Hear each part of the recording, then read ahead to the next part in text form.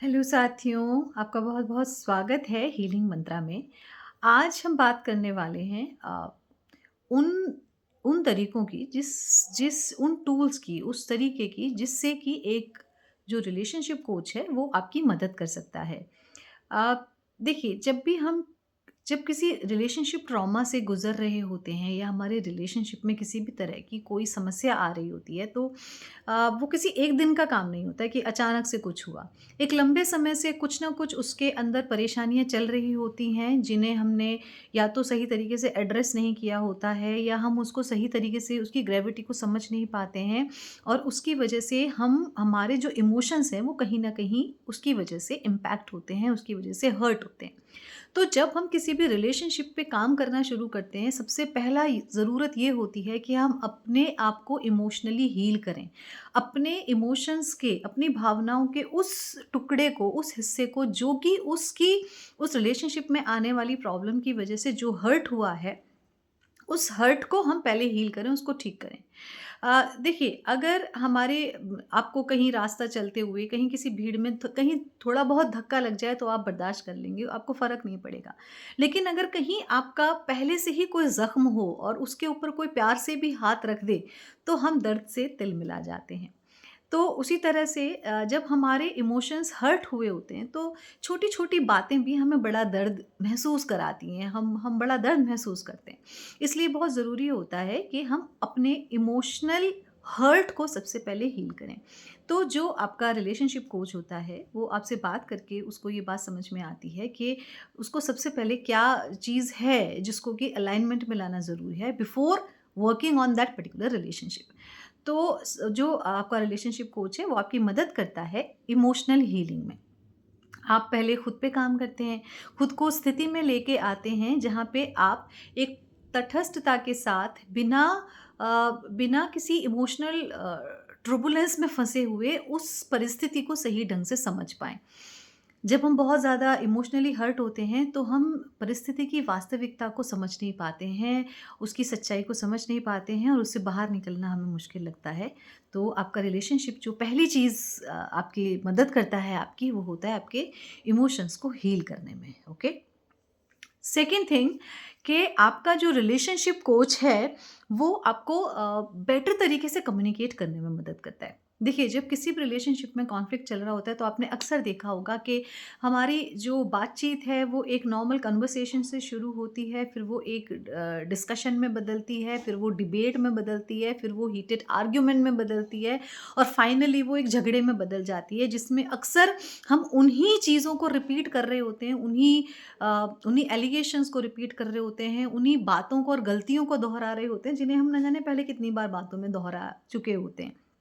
हमने अक्सर देखा होगा कि एक छोटी सी टॉपिक पे, छोटे से इश्यू पे बात होती है और फिर वो बढ़ते-बढ़ते कहाँ जाती है और फिर वो कितने सालों पुरानी बातें भी उस टॉपिक में आ जाती हैं, डिस्कशन में आ जाती हैं। कई बार तो जो बात करने का शुरू का मुद्दा होता है, वो कहीं खो ही जाता है और हम उन बातों पे झगड़ा शुरू हो जाता है, जो जो बातें कहीं उस समय की रेलेवेंसी में है ही नहीं। सो होता ये है क्योंकि हमारे जो इमोशंस हैं, जो वो दर्द है, वो कहीं न कहीं दिल के अंदर बसा है। तो उसको सिर्फ़ एक बहाना चाहिए होता है, एक ट्रिगर पॉइंट चाहिए होता है कि कहीं कुछ भी बात निकले, है ना? वो कहते हैं ना कि बात निकलती है तो फिर बड़ी दूर तक चली जाती है। तो अक्सर हमारे लिए डे टू डे लाइफ़ की नॉर्मल कम्युनिकेशन भी करना मुश्किल हो जाता है। और अ, वो रिलेशनशिप एक एक प्रॉब्लमेटिक सिचुएशन में फँस जाता है। तो आपका जो रिलेशनशिप कोच है, वो आपके कम्युनिकेशन को बेटर बनाने में मदद करता है क्योंकि अगर कम्युनिकेशन ही सही नहीं है, तो किसी भी प्रॉब्लम का सॉल्यूशन निकल ही नहीं सकता। सो इमोशंस को उसमें से हटा के जो मुद्दे की जो प्रॉब्लम इमीडिएट प्रॉब्लम है, उसको वो एड्रेस करने में आपकी मदद करता है, उसको समझने में आपकी मदद करता है। प्लस आपकी जो भावनाएँ हैं, उनको सही तरीके से एक्सप्रेस करने में आपकी मदद करता है, कि जिससे कि आप सामने वाले को एक्चुअल में बता पाएँ कि आप कैसा महसूस कर रहे हैं। उसके अंदर एक फीलिंग वाला जो पार्ट है, वो दर्द वाला पार्ट कम हो और एक्चुअल में आप कन्वे कर पाएँ अपना मैसेज जो आप देना चाहते हैं। सो आपका जो रिलेशनशिप कोच है, वो आपकी बेटर कम्युनिकेशन में आपकी मदद करता है, सो दैट आप रिलेशनशिप के बेटरमेंट के लिए काम कर सकें। तीसरी जो चीज़ होती है वो इसी से रिलेटेड है, दैट इज़ कॉन्फ्लिक्ट रेज़ोल्यूशन, जैसे मैंने बोला। अब अगर एक रिलेशनशिप किसी प्रॉब्लम में है, तो कहीं न कहीं कॉन्फ्लिक्ट हो रहा होगा। कई बार तो मैंने देखा है कॉन्फ्लिक्ट के जो वजहें होती हैं, जो रीज़न्स होते हैं, वो रीज़न्स मैट इर्रेलेवेंट रीज़न्स होते हैं।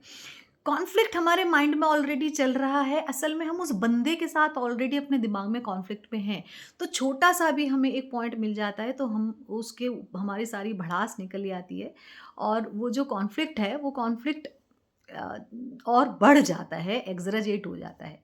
सो आपके जो रिलेशनशिप कोच होते हैं, वो कॉन्फ्लिक्ट्स को एक-एक करके, परत दर परत, गाँठ दर गाँठ, वो खोलने में आपकी मदद करते हैं, ताकि हम मेन मुद्दे के जहाँ से कॉन्फ्लिक्ट का जो मेन इश्यू है, कई बार एक छोटा-सा रीज़न होगा, सपोज़ ये रीज़न कि चाय में चीनी कम है ना? और इस चाय में चीनी कम है से बात शुरू होती है और एक वो इतने बड़े कॉन्फ्लिक्ट में बदल जाती है जिसका कोई सॉल्यूशन ही नज़र नहीं आता, जबकि मुद्दा इतना बड़ा नहीं था।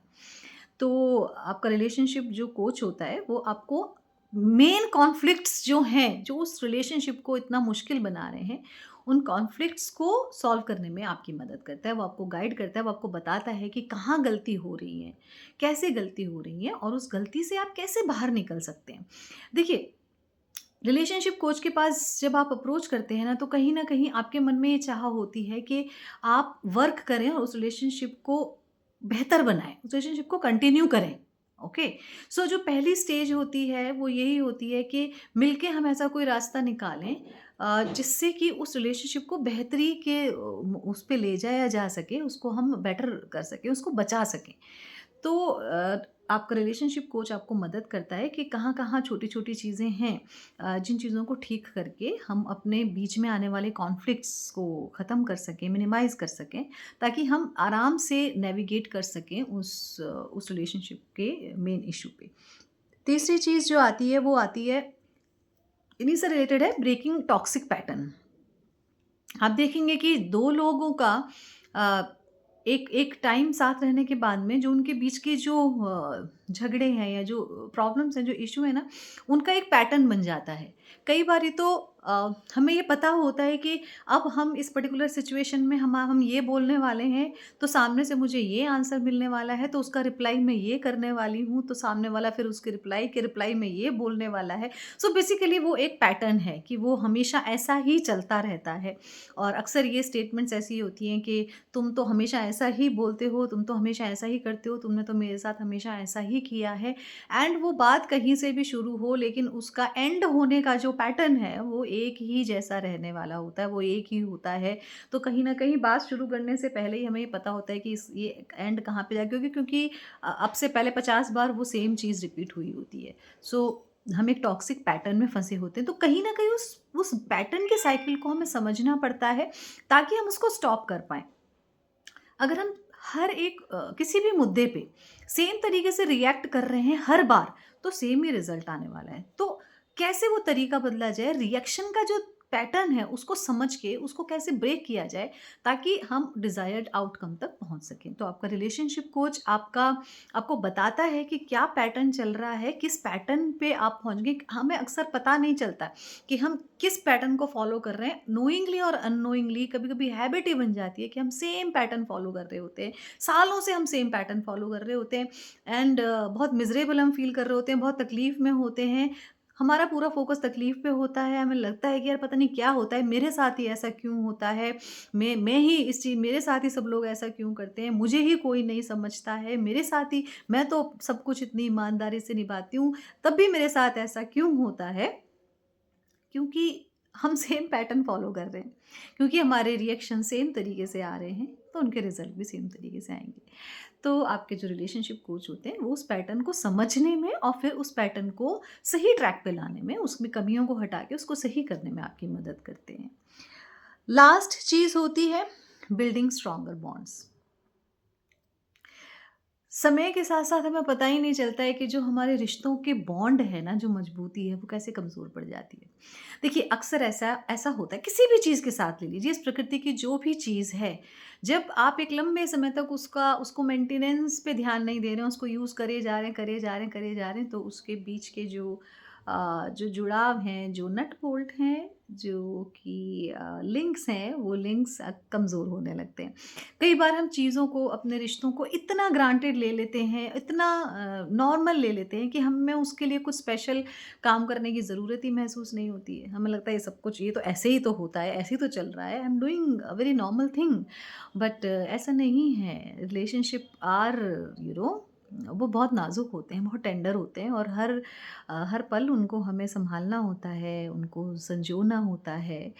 तो वो जो बॉन्ड है, वो कहीं न कहीं वो बॉन्ड जो कमज़ोर पड़ जाता है, आपका रिलेशनशिप कोच आपको, आपका ध्यान उस जगह पे ले जाएगा जहाँ पे जो उसकी वीकनेसेस हैं, जो कमज़ोरियाँ हैं, जहाँ से वो जॉइंट्स थोड़े लूज़ हो गए हैं, वो आपकी मदद करेगा उन जॉइंट्स को दोबारा से मजबूत बनाने में, ताकि आपके रिलेशनशिप का जो स्ट्रक्चर है, वो वैसे ही इंटैक्ट खड़ा रहे।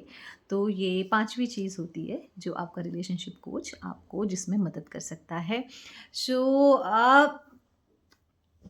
मैं आपको यही सलाह दूँगी कि अगर आप किसी भी तरह के, किसी भी कॉन्फ्लिक्ट से गुज़र रहे हैं, किसी भी समस्या से गुज़र रहे हैं, सेम पैटर्न आपकी लाइफ़ में चल रहा है, सालों से आपके रिश्ते सेम ढर्रे पे चल रहे हैं। देखिए, कोई भी रिश्ता, मुझे लगता है ना, हमारा हर एक्शन इसलिए होना चाहिए कि हम एक शांत, सुखी, मधुर जीवन व्यतीत कर सकें, अपने जीवन के अनुभव ले सकें, और वही मधुरता हम आगे बाँट सकें।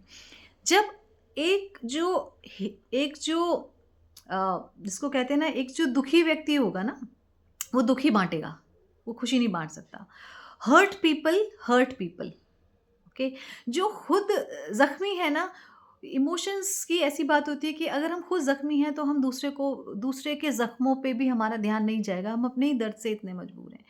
तो हमारा ये एक हमारा अधिकार भी है, और मुझे लगता है हमारी लाइफ का पर्पस भी यही होना चाहिए कि हम एक अपने हर संबंध को एक बड़ी खूबसूरती से और बड़े खुश होके हम उसको जिए, बिना किसी तरह के दर्द को मन में रखे हुए, और हम स्मूथली उस चीज़ को चलें, और लेकिन उसके लिए एफर्ट्स करने पड़ते हैं, समझना होता है। तो जो आपके रिलेशनशिप कोच हैं, अगर मतलब आपको किसी भी तरह का कभी भी कोई समस्या, और एक वो आपके डे टू डे लाइफ में थोड़े बहुत कॉन्फ्लिक्ट तो हर किसी के साथ होते हैं, थोड़ी बहुत समस्याएँ हर किसी के साथ चलती रहती हैं, that is very normal, that is part of life. लेकिन अगर कोई समस्या ऐसी है, जो आपके लिए एक हिंड्रेंस बन गई है, जो आपके लिए एक ब्लॉकेज बन गई है, जिसने आपको अंदर से बदल दिया है, जिसने जो आपकी जिसको कहते हैं ना, आपकी जो प्रोडक्टिविटी है उसको हैम्पर कर रही है, आपके अंदर की खुशी को, अंदरूनी खुशी को जो हैम्पर कर रही है, उसको रिज़ॉल्व करना बहुत ज़रूरी होता है। अगर हम अपनी इमोशनल नीड को लगातार नज़रअंदाज करके, और समस्याओं को अंडर द रग, जिसको बोलते हैं ना, अंडर द कारपेट, हम उसको घुसाते जाएँगे, तो यकीन मानिए ये एक बहुत बड़ी समस्या में तब्दील हो जाता है। हमें पता ही नहीं चलता कि दीमक की तरह ये कब हमें अंदर से खोखला कर देता है। तो अगर आप किसी भी तरह की समस्या से गुज़र रहे हैं, तो अपने आस-पास जिस पे भी आप रिलाई कर सकें, ज़रूर आप मदद के लिए अप्रोच करिए, और मदद लीजिए, और उस प्रॉब्लम को सॉल्व कर लीजिए। प्रॉब्लम को एज़ इट इज़ छोड़ देना कोई समाधान नहीं है। अगर कहीं कोई समस्या है, तो उसको आप बिल्कुल बैठ के रिज़ॉल्व कर सकते हैं। आपके आस-पास आपको बहुत सारी ऐसे लोग मिल जाएँगे जो आपकी हेल्प करेंगे। Thank you so much for your time, and like करिएगा, शेयर करिएगा, एंड कमेंट करिएगा, एंड इसी तरह के डिस्कशन हम आगे करते रहेंगे। So thank you so much.